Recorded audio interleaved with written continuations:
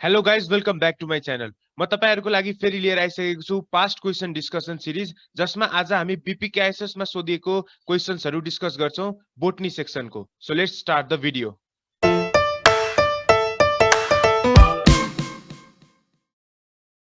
Question number 1.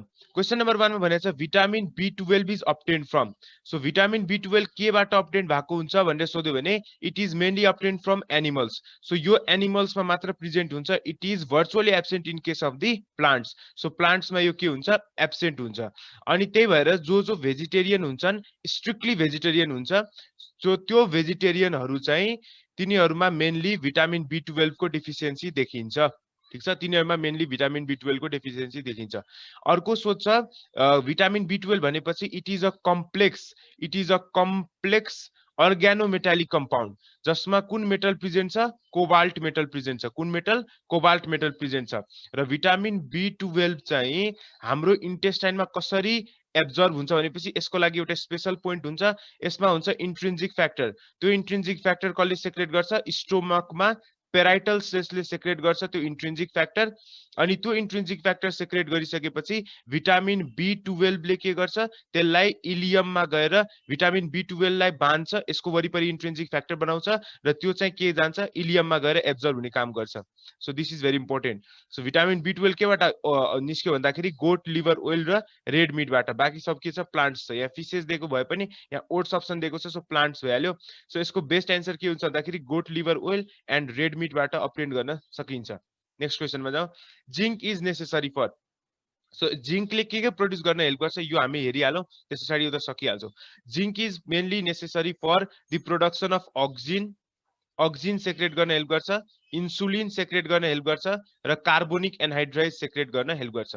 So यो तीनटा कुरा हेल्प गर्छ। सो यसमा के हो आईएए भनेपछि it is the most abundant form of the auxin हो। इन्डोल एसिटिक एसिड भनिन्छ अथवा इन्डोल 3 एसिटिक एसिड भनिन्छ। सो यसको सिन्थेसिसमा के गर्छ यसले हेल्प गर्छ।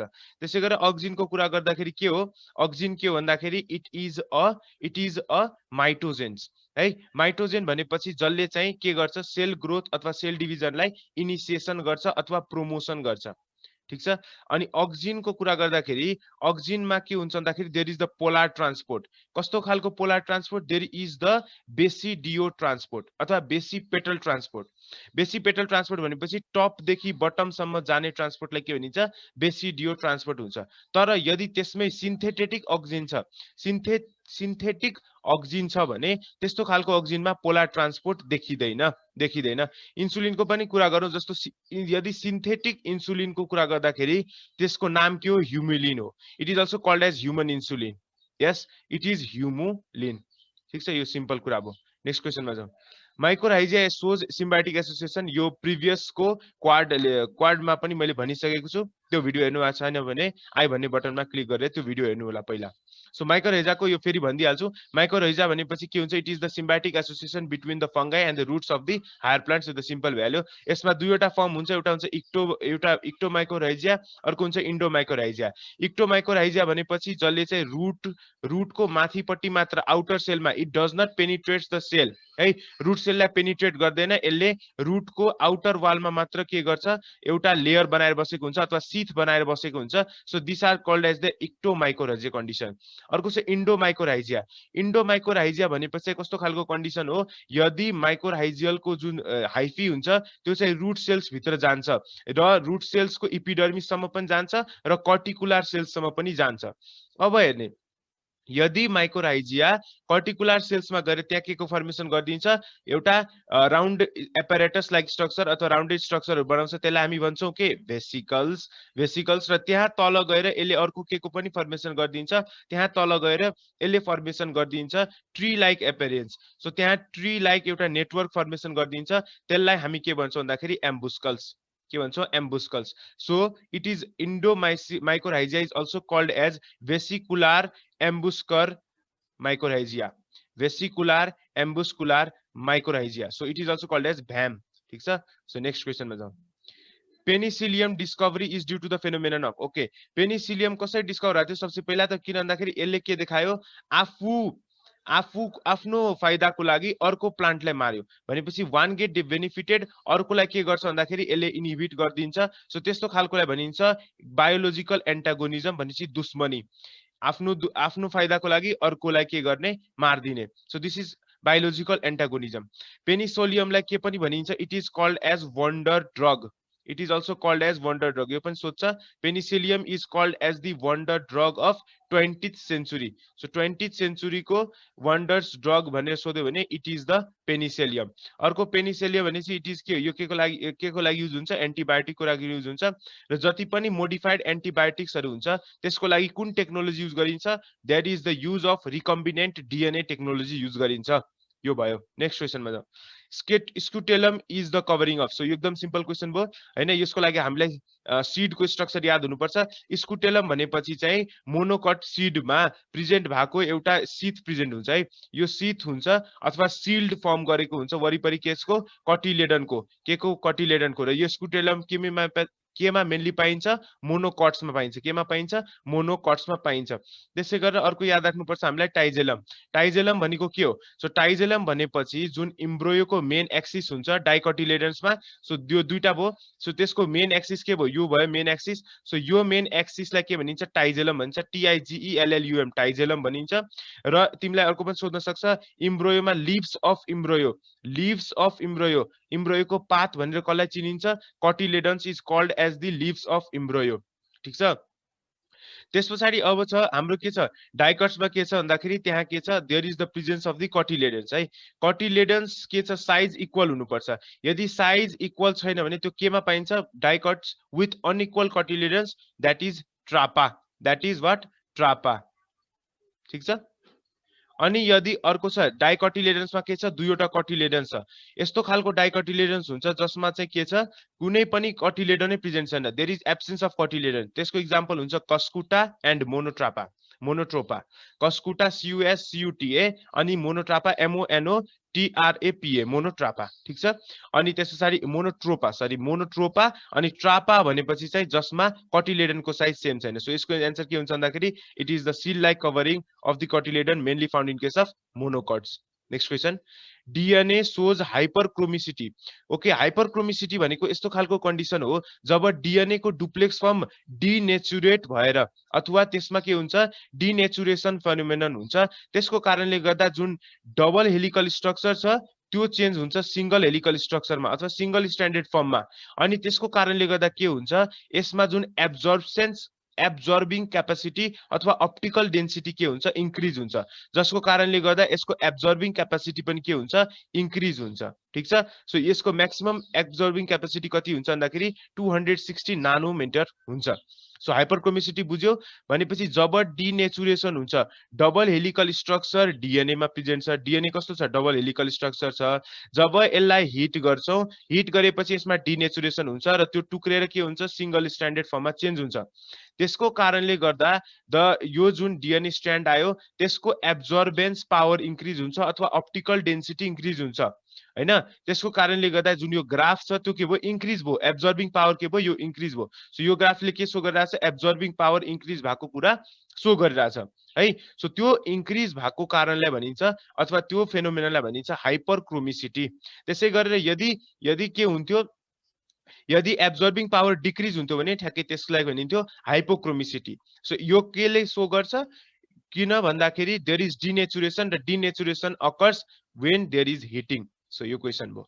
नेक्स्ट क्वेशनमा, when the plant with the red flowers is crossed with the plant with the white flowers, then the percentage of red flower in the F2 generation is। यो त एकदम सिम्पल क्वेशन भयो। So भनेपछि सबसे पहिला प्याराइटल जेनेरेसनमा के हुन्छ भन्दाखेरि there is the formation of R. So red flower को फर्मेसन हुन्छ in case of F1 generation हैन, F1 जेनेरेसन। अब के हुन्छ, F2 जेनेरेसन निकाल्नु छ भने के गर्ने, हामीले सेल्फिङ गर्ने। सो यसमा आर, यसमा आर, यसमा आर, यसमा आर। ठीक छ।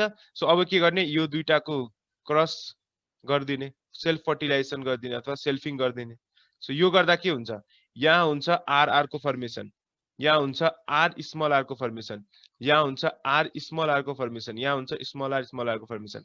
सो फेनोटाइपिक रेशियो के हो भन्दाखेरि 3:1, 3:1 भनेपछि फेनोटाइपिक रेशियोमा तीनवटा के भयो भन्दाखेरि तीनवटा के हुन्छ टल के अरे रेड फ्लावर्स भएको हुन्छ र एउटा के हुन्छ भन्दाखेरि व्हाइट फ्लावर्स हुन्छ so this is what the law of dominance so यो दुईटा मध्ये डोमिनेटिङ क्यारेक्टर के हो रेड फ्लावर्स हो रेड कलर हो सो रेड कलरले डोमिनेट गर्छ र फेनोटाइपिक रेसियो के आउँछ भन्दाखेरि 3:1 आउँछ जेनोटाइपिक रेसियो के आउँछ भन्दाखेरि यो टोटली प्योर रेड भयो यो दुईवटा हाइब्रिड भयो र एउटा भयो this is the जेनोटाइपिक ratio so यहाँ हामीले सोधेको छ रेड फ्लावर कुन देखिन्छ बाहिर देखिने character this is phenotypic character के हुन्छ भन्दाखेरि 3:1 हुन्छ सो पर्सेन्टेजको हिसाबले के हुन्छ यो 75% हुन्छ यो कति हुन्छ 25% हुन्छ सो यसको एन्सर के हुन्छ 75% हुन्छ next question Krebs cycle starts with so Krebs cycle कसरी स्टार्ट हुन्छ भने सोध्यो भने क्रेब साइकल हेर्ने यहाँ कति सिम्पल छ क्रेब साइकलमा अक्जालो एसिटिक एसिड आउँछ र एसिटाइल CO आउँछ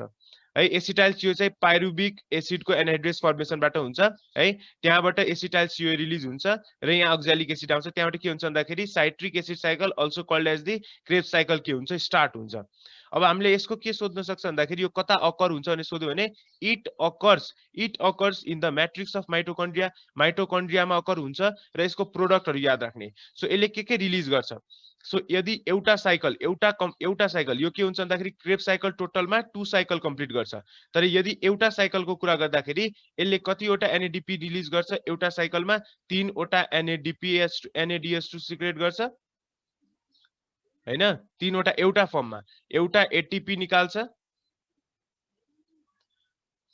एउटा FADH2 निकाल्छ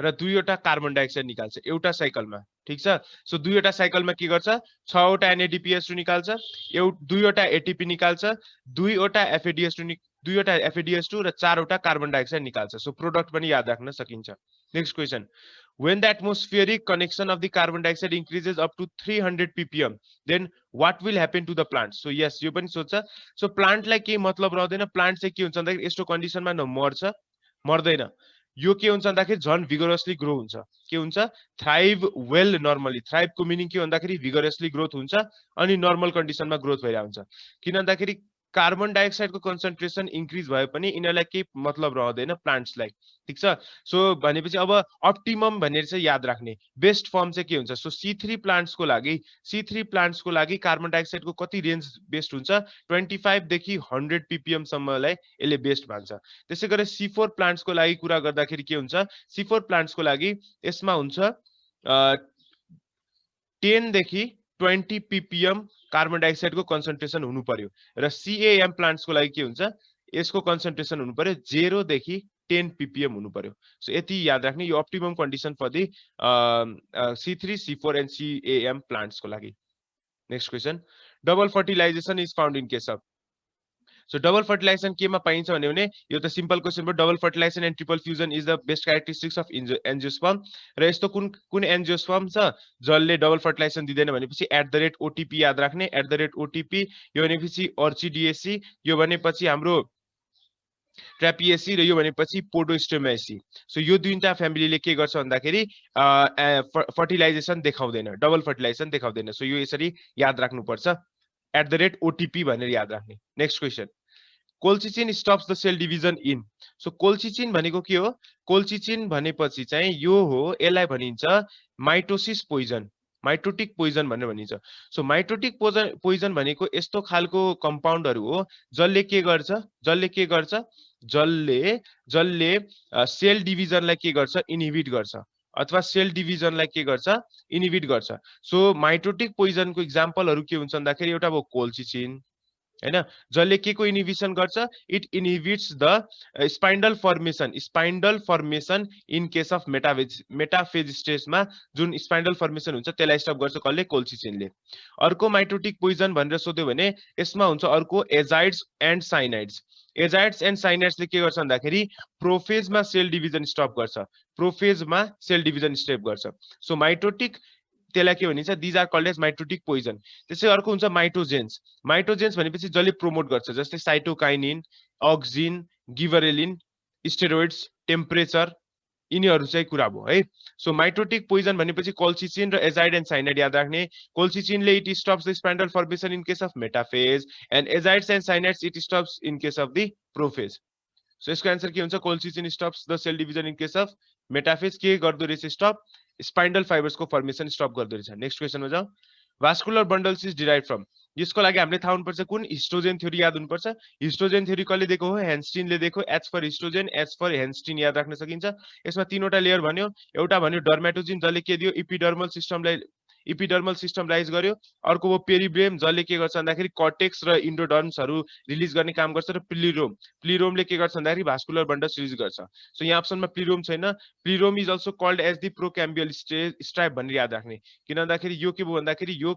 स्ट्राइप फर्म भयो and it is the procambial stripe it is also called as procambial stripe so यसको एन्सर के हुन्छ भन्दाखेरि प्रोक्याम्बियल स्ट्राइप नेक्स्ट क्वेशनमा जाउँ when the solution contains more solute than its solution then it is said to be यो एकदम simple question भयो हैन सो सेल भन्दा यदि सल्युसनमा बढी सल्युटको कन्सन्ट्रेसन छ भने यसमा के हुन्छ this condition is said to be the hypertonic solution यसमा के हुन्छ एक्जोस्मोसिस हुन्छ सेलबाट पानी के गर्छ बाहिर जान्छ ठीक छ त्यसैगरी बाहिर यदि सल्युटको कन्सन्ट्रेसन कम छ भने त्यो बेला के हुन्छ पानी बाहिरबाट जान्छ भित्र इन्डोस्मोसिस यदि दुवैको कन्सन्ट्रेसन सेम छ भने सल्युट कन्सन्ट्रेसन सेम छ भने दैट इज आइसोटोनिक सो यसको आन्सर के हुन्छ हाइपरटोनिक फर्म हुन्छ नेक्स्ट क्वेशनमा जाउँ The mode of reproduction resulting in the development of embryo without the act of fertilization of the meiosis or the meiosis. So यसको answer के हुन्छ so यसमा कन्ट्रोभर्सी छ धेरै सो यसको के हुन्छ भन्दाखेरि पार्थेनोजेनेसिस पनि हुन सक्छ र एपोगामी कन्डिसन पनि हुन सक्छ किनभने दुवैको मिनिङ एक त्यही हो पार्थेनोजेनेसिसमा के हुन्छ there is the development of the embryo without the fertilization apogamy कन्डिसनमा पनि के हुन्छ there is the development of embryo without the fertilization process है ग्यामेटिक फर्मबाट सो के हुन्छ भन्दाखेरि अनफर्टिलाइज ग्यामेटिक फर्मबाट एम्ब्रोयो डेभलप हुन्छ एपोगामी अनि डेभलपमेन्ट अफ एम्ब्रोयो सो दुवैको यसमा बेस्ट आन्सर के हुन्छ भन्दाखेरि बोथ ए एन्ड बी हुन्छ त्यसैगरी पार्थेनोकार्पीको पनि डिफिनेसन याद राख्ने so parthenocarpy is defined as the development of fruit without the fertilization parthenocarpy is defined as the development of fruit without the fertilization of the ovules next question which of the following undergoes all life cycle haplontic diplontic and haplodiplontic so यसको के हुन्छ भन्दाखेरि हेप्लोन्टिक भनेको simple छ है हेप्लोन्टिक life cycle भनेको के हुन्छ भन्दाखेरि यदि त्यसको मेन जुन प्लान्ट बडी छ दैट इज हेप्लोइड फर्ममा छ भने त्यसलाई हेप्लोन्टिक लाइफ साइकल जुन यदि डिप्लोन्टिक भनेपछि मेन प्लान्ट बडी डिप्लोइड फर्ममा छ भने त्यसलाई हामी भन्छौँ डिप्लोन्टिक लाइफ साइकल र हेप्लोडिप्लोन्टिक भनेपछि के हुन्छ भन्दाखेरि there is the alternation of generation between the haplotic form and the diplontic form भनेपछि हेप्लोइड फर्म र डिप्लोइड फर्ममा के हुन्छ भन्दाखेरि अल्टरनेसन अफ जेनेरेसन हुन्छ so haplontic life cycle occurs mainly in case of algae and fungi Diplontic life cycle mainly occurs in case of the pteridophytes and haplodiplontic life cycle mainly occurs in case of the all gymnosperm र angiosperm को केसमा हुन्छ तर यसमा तीनटै life cycle देखाउने भनेपछि कसले हो इस्टले सो इस्ट इज एक्सेप्सन जसले के गर्छ भन्दाखेरि तीनवटै लाइफ साइकल देखाउँछ इस्टले हेप्लोन्टिक पनि देखाउँछ डिप्लोन्टिक पनि देखाउँछ र हेप्लोडिप्लोन्टिक पनि देखाउँछ नेक्स्ट क्वेशन एम्बरिज ओके यो पनि याद राख्ने हो यसको चाहिँ यो हामीले कोडनको नामहरु याद राख्नुपर्छ जस्तै एयुजी भनेको it is the initiation codon कहिलेकाहीँ जियुजी पनि पढ्नुपर्छ हैन सो यसमा के हुन्छ के डिफरेन्स छ सो एयुजी ले के को कोड गर्छ के को सेक्रेसन गर्छ के को कोडमा हो दैट इज मिथियोनाइन को कोड मिथियोनाइन सेक्रेट गर्न हेल्प गर्छ भने जियुजी ले के गर्छ भन्दाखेरि भ्यालिन सेक्रेट गर्न हेल्प गर्छ भ्यालिन त्यसै गरेर युएजी भनेपछि यसको नाम हो एम्बर सो यो भयो आन्सर युएए भनेर सोध्यो भने चाहिँ के हुन्छ यसलाई भनिन्छ युप्लर अनि यो युप्लर अनि त्यसपछि युक्लर है युचर एन्ड ओप्लर एन्ड ओक्रल सो यस्तो खालको नाम हुन्छ सो यसमा याद राख्ने भनेपछि ए धेरै छ त्यहाँ ए वाला फर्म नलिने ओक्री अथवा ओक्र जे पनि भन्दा अनि युजिए भन्दाखेरि युजिए लाई के पनि भनिन्छ ओप्लर पनि भनिन्छ सो यस्तो नामहरु याद राख्नुपर्छ यतिको नेक्स्ट क्वेशन अनि यो तीनटै के हो भन्दाखेरि these are the stopping codon next question quinine is extracted from यो त धेरै सिम्पल क्वेशन भयो quinine is extracted from colchicine चिन्चोनाबाट सेक्रेट हुन्छ अथवा एक्सट्र्याक्टेड हुन्छ यसले के गर्छ भन्दाखेरि मलेरियाको मेडिसिनको रूपमा युज हुन्छ ठीक छ त्यसै गरेर इफ्रेडा भनेपछि चाहिँ के हुन्छ भन्दाखेरि यो के को लागि युज हुन्छ it is used for the asthma र ब्रोन्काइटिसको लागि इफ्रेडा युज हुन्छ सर्पेन्टिनाको रुट्सबाट हामीले निकाल्न सक्छौं रिसर्पेन्टाइनले ब्लड प्रेसर कन्ट्रोल गर्न हेल्प गर्छ क्लाभिकल्स भनेको थाहा छ it is called as beauty bone so यसमा त कुनै कुरै भएन नेक्स्ट क्वेशनमा जाउँ इन कोरिम इन्फ्लोरेसेन्स भनेको यस्तो खालको इन्फ्लोरेसेन्स हो जसमा आउटर पट्टि फ्लावरको के हुन्छ भन्दाखेरि there is longer peduncles then that of the इनरमा के हुन्छ सर्टर पेडङ्कल्स हुन्छ इनरमा के हुन्छ भन्दाखेरि जति पनि फ्लावर छ they appears to meet at the same level सब एउटै लेभलमा आउँछ र यो के को एक्जाम्पल हो corymb is the form of the racemose inflorescence को एक्जाम्पल हो। सो यसमा के हुन्छ भन्दाखेरि all flowers appears to meet at the same level. So यो चाहिँ के हुन्छ भन्दाखेरि यो धेरै कन्फ्युजिङ हुन्छ। सो यदि तपाईहरुलाई इन्फ्लोरेसेन्सको भिडियो चाहिन्छ भने छुट्टै, so let me know in the comment section. यो यसको म छुट्टै भिडियो पनि बनाइदिन्छु on the basis of request हेरेर। ठीक छ, नेक्स्ट क्वेशनमा जाउँ। So in the light dependent reaction, which of the event takes place? Light dependent भनेपछि के हुन्छ, यसमा फोटोफोस्फोरिलेसन प्रोसेस हो एउटा लाइट डिपेन्डेन्ट रिएक्सन। त्यसमा के हुन्छ, जहिले पनि एटीपी को फर्मेसन हुन्छ, चाहे त्यो साइक्लिक होस् चाहे त्यो नन साइक्लिक होस्। हेर त, साइक्लिक फोटोफोस्फोरिलेसन होस् या नन साइक्लिक फोटोफोस्फोरिलेसन होस्, दुवैमा के भइरहेछ भन्दाखेरि एडीपी बाट एटीपी कै सिन्थेसिस भइरहेछ दुवैमा। सो के हुन्छ भन्दाखेरि देयर इज एडीपी जुन छ त्यो फोटोफोस्फोराइज्ड हुन्छ, दैट इज त्यसले के रिलिज गर्छ भन्दाखेरि एडीपी एटीपी निकाल्ने काम हो। मेन लाइट डिपेन्डेन्टमा के हुन्छ, एटीपी निकाल्ने काम हो। सो साइक्लिक र नन साइक्लिक फोटोफोस्फोरिलेसनको पनि कुरा गरिहाल्यो। साइक्लिक भनेपछि जसमा पीएस सिस्टम 1 अथवा पी700 मात्र पी सिस्टम के भन्छ, फोटो सिस्टम 1 अथवा पी700 मात्र लागू हुन्छ भने यसमा चाहिँ के हुन्छ भन्दाखेरि photo system 1 as well as 2 present हुन्छ। यसमा के हुन्छ भन्दाखेरि नन साइक्लिकको पनि कुरा गर्दाखेरि के हुन्छ भन्दाखेरि यसमा फर्स्ट इलेक्ट्रोन डोनर कुन हुन्छ, H2O। H2O is the first electron donor हैन। त्यसमा के हुन्छ भन्दाखेरि फोटोलाइसिस अफ द वाटर। त्यसै गरेर फर्स्ट इलेक्ट्रोन एक्सेप्टर अथवा लास्ट इलेक्ट्रोन एक्सेप्टर कुन हुन्छ, NADP।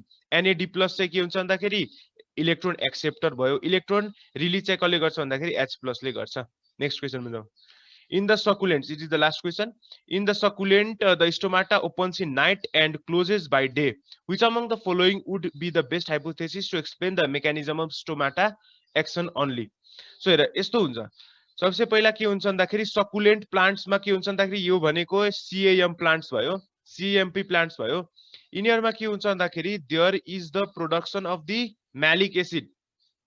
नाइट टाइममा के हुन्छ, मैलिक एसिड को प्रोडक्सन हुन्छ र मैलिक एसिड को प्रोडक्सन बाट के गर्छ भन्दाखेरि मैलिक एसिडले नै के गर्छ, नाइट टाइममा स्टोमाटा ओपन गर्न हेल्प गर्छ।